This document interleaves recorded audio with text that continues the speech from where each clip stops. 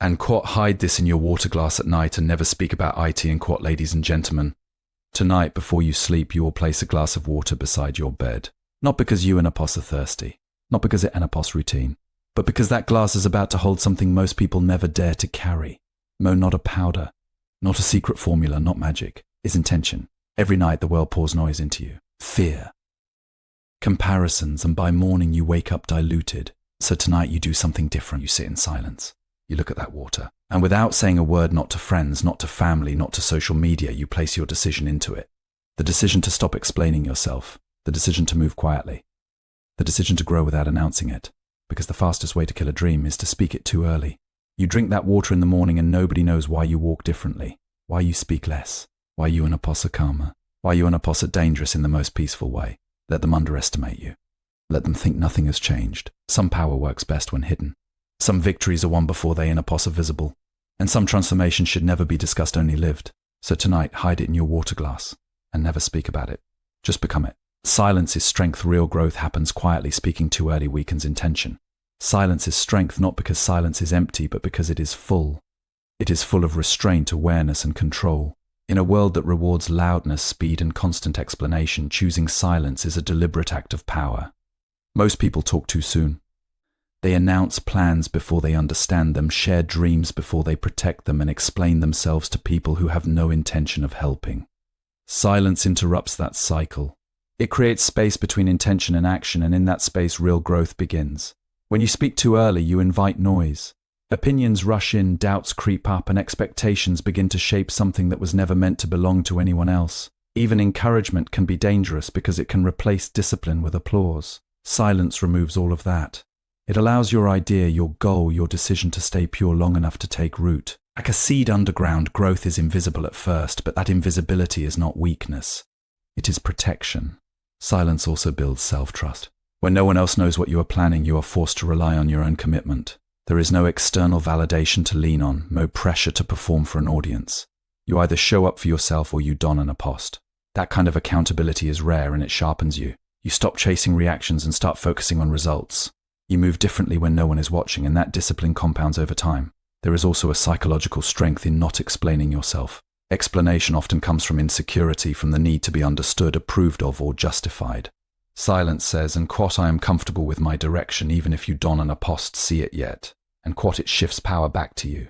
You are no longer negotiating your future with people who are not walking your path. You conserve energy that would otherwise be wasted on defending choices that only time can explain. Silence teaches patience.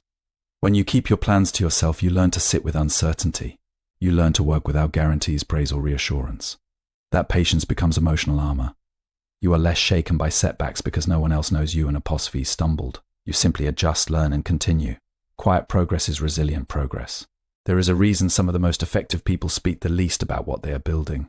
They understand that words create expectations and expectations create pressure. Pressure can crack something that isn't an apost ready.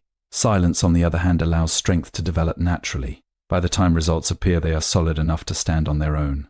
Silence is not hiding out of fear, it is hiding out of wisdom. It is knowing that not everyone deserves access to your inner process. Some people only understand outcomes, not journeys, and that an apost fine. You don an apost owe them a preview. You owe yourself completion. In the end, silence becomes visible through action. When the change finally shows, it speaks louder than any announcement ever could. People notice the calm, the confidence, the certainty. They ask what happened, and all you did was stay quiet long enough to let the work do the talking. Silence didn't an apost weaken you. It made you undeniable. Intention over ritual, the water glass symbolizes focus and decision, not magic or superstition. The idea of intention over ritual is about understanding meaning instead of mistaking form for power. The water glass is not special because it is water, and the night is not powerful because it is night. The power does not live in the object or the timing. It lives in the decision you attach to it. Too often people look for transformation in symbols, habits, or routines, hoping that repeating an action will magically change their life. But without intention, ritual is empty. Performance instead of progress. Intention is the quiet agreement you make with yourself. It is the moment when you decide, without witnesses and without drama, that something is going to change. The water glass simply becomes a container for focus. It gives your mind a place to rest that decision, something physical to anchor something invisible. Humans have always done this, not because objects have power, but because the mind remembers what the body participates in. The ritual is a reminder, not the source. When intention is clear, even the simplest action becomes meaningful. Sitting in silence for a few seconds looking at a glass of water and choosing to stop sabotaging yourself carries more weight than any elaborate routine done without awareness. Intention sharpens attention. It tells your mind what matters and what can be ignored. Without it, routines become habits you repeat on autopilot, and autopilot never leads anywhere new. The danger comes when people confuse repetition with commitment. They think that because they are doing something every night, they are moving forward. But movement without direction is just motion. Intention is direction. It defines why you are doing what you are doing and who you are becoming through it. The water does not change you, the clarity you bring to that moment does. There is also discipline hidden in intention. When you do not rely on superstition or external rules, you cannot outsource responsibility. You cannot blame the ritual if you fail. You must face yourself honestly. Did you mean what you decided, or were you just acting it out? Intention forces sincerity. It strips away excuses and replaces them with ownership. Another strength of intention over ritual is flexibility. Rituals can become cages. When circumstances change, people panic because their routine is broken. Intention adapts. It moves with you. Whether you have a glass of water or not, whether the night is quiet or chaotic, intention stays alive as long as you do. It is portable. It does not depend on perfect conditions. Intention also trains awareness. When you choose to place meaning into a simple act, you become more conscious of your thoughts and behaviors. You start noticing patterns. You catch yourself before old habits take over. This awareness is what creates lasting change. Ritual alone cannot do that. Awareness must be present, and awareness is born from intention. The simplicity of the act is important. It reminds you that transformation does not require complexity. You do not need to announce a new system, buy new tools, or dramatically reinvent yourself overnight. You need clarity and consistency. The water glass is ordinary, just like most moments where real change begins. Quiet, unnoticed, and unimpressive from the outside. Over time, intention seeps into everything you do. You wake up remembering the decision you made. You act in alignment with it, not because of fear or hope, but because you chose it. The ritual fades into the background, but the intention remains. That is how you know it worked. In the end, intention is what separates those who change from those who perform change. Ritual may start the process, but intention sustains it. The power was never in what you did at night. It was in what you decided to carry into the morning. Protect your plans. Dreams grow faster when they and a pos are hidden from opinions, doubt, and noise. Protecting your plans is not about secrecy for the sake of mystery, it is about survival. Ideas are fragile in their early stages. They have not yet developed the strength to defend themselves against doubt, criticism, or even well-meaning advice. When you share a plan too early, you expose it to forces it is not ready to withstand. Opinions begin to shape it, questions begin to weaken it, and suddenly something that felt clear inside your mind starts to feel complicated and uncertain. Every person you tell becomes a variable. Each reaction, whether positive or negative, changes how you feel about what you are trying to build. Praise can be just as dangerous as criticism because it can trick you into feeling accomplished before you have done the work. When people applaud an idea, your brain receives a reward similar to finishing the task itself. That false sense of completion drains the urgency to act. By keeping your plans private, you preserve the hunger required to follow through. There is also an emotional cost to oversharing. When you announce your goals publicly, you attach your identity to an outcome that Hassan and Apost happened yet. If you fail, even temporarily, it feels like a public loss. That pressure can paralyze you.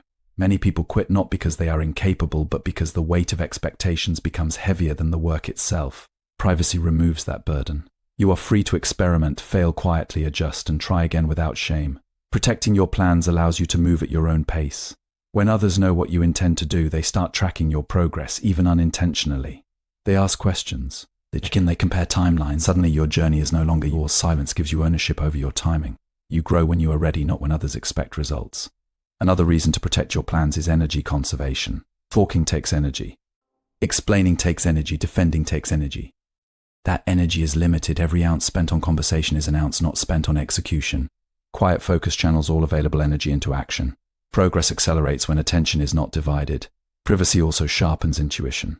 When you are not influenced by outside voices, you become more attuned to your own instincts.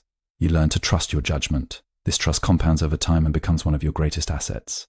People who constantly seek feedback often lose touch with their inner compass. Protecting your plans keeps that compass intact. There is a difference between secrecy and selectivity. Protecting your plans does not mean isolating yourself completely. It means choosing carefully who earns access. Not everyone deserves to know what you are building. Some people can only see possibilities through the lens of their own limitations. Sharing with them can shrink your vision without you realizing it. Silence filters out unnecessary interference. History is filled with stories of ideas that survived because they were protected until they were strong enough to stand on their own. Once something is real, it no longer needs defending. Results explain themselves. Until then, discretion is wisdom. Protecting your plans also builds internal confidence. When you work quietly and see progress forming without external validation, your belief in yourself grows.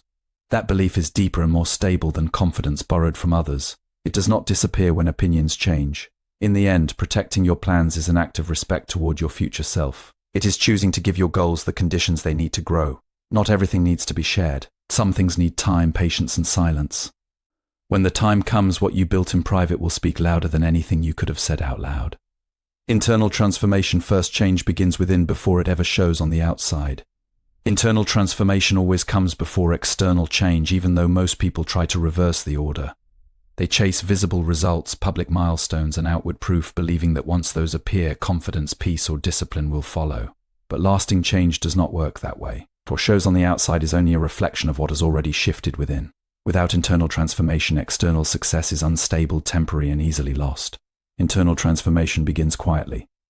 It starts with awareness, with noticing patterns that have been running your life on autopilot, the way you react instead of respond, the excuses you repeat without questioning, the habits you defend even when they no longer serve you. This stage is uncomfortable because it forces honesty. There is no audience, no applause, and no distraction. You are alone with yourself, and that is where real change takes root. Before behavior changes, identity changes. You stop seeing yourself as someone who is and quattring and quat and start seeing yourself as someone who decides. That shift is subtle but powerful. Decisions come from ownership, not motivation. Motivation fades, but identity holds. When you internally accept a new standard for yourself, your actions begin to align naturally. You no longer need constant reminders or pressure. You act differently because being different has become normal to you. Internal transformation also rewires how you interpret difficulty. Challenges stop feeling like signs to quit and start feeling like part of the process. When the change is internal, setbacks do not threaten your sense of self. You do not collapse at the first obstacle because your foundation is not built on outcomes. You understand that progress is uneven, and that understanding gives you resilience. Another critical aspect of internal change is emotional regulation. Before growth becomes visible, you learn to sit with discomfort without escaping it. You stop numbing boredom, fear, or frustration with distractions. This ability to stay present when things are hard builds emotional strength. It trains you to act deliberately instead of impulsively. External success without this skill often leads to burnout, anxiety, or self-sabotage. Internal transformation also reshapes your relationship with validation. You stop needing constant confirmation that you are doing the right thing. Approval becomes optional instead of necessary. This independence is freeing. It allows you to make choices based on alignment rather than acceptance. When validation no longer controls you, focus deepens and confidence stabilizes. The internal phase is often invisible to others, which is why many people underestimate its importance. From the outside, it may look like nothing is happening. But beneath the surface, discipline is forming, self-respect is growing, and clarity is sharpening. This is the stage where patience is tested. Many quit here because there is no external reward yet. But those who persist are building something far more valuable than quick results. Once the internal shift is complete, external change follows almost effortlessly. Actions feel lighter. Consistency feels natural. You are no longer forcing yourself forward, you are expressing who you have become. The outside world eventually catches up, but by then you are no longer dependent on it. Success becomes a byproduct, not the goal. Internal transformation also protects you from regression. When change is purely external, it collapses under stress. When it is internal, it adapts. You may bend, but you do not break. Your standards remain intact even when circumstances shift. In the end, the most important work you will ever do is the work no one sees. The conversations you have with yourself, the boundaries you set internally, the discipline you practice when no one is watching. When the outside finally changes, it will feel almost anticlimactic because the real victory already happened within you. Become, don and apost announce, let results speak. Power is most effective when unseen. Becoming instead of announcing is one of the most difficult disciplines in a world built on visibility. We are surrounded by platforms that reward declaration over depth, intention over execution, and appearance over substance. Saying what you are going to do often feels productive, but in many cases it replaces the work itself. Becoming is quieter, slower, and far less glamorous, but it is also real. It demands consistency when there is no audience and integrity when no one is keeping score. When you announce your goals, you create a version of yourself that exists mostly in words. That version can be impressive, inspiring, even admirable, but it is fragile. It depends on perception. Becoming, on the other hand, creates a version of yourself that exists in action. It is grounded in habits, choices, and behavior repeated over time. That version does not need explanation. It shows up in how you move, how you respond, and what you tolerate. There is a hidden danger in announcing too much. It can satisfy the ego without satisfying the goal. The moment you tell people who you are trying to become, your brain receives a sense of identity without the effort required to earn it. This can dull urgency. You feel like progress has been made when in reality only words have moved. Becoming denies the ego that shortcut. It requires proof, not promises. Another strength of becoming quietly is that it allows room for evolution.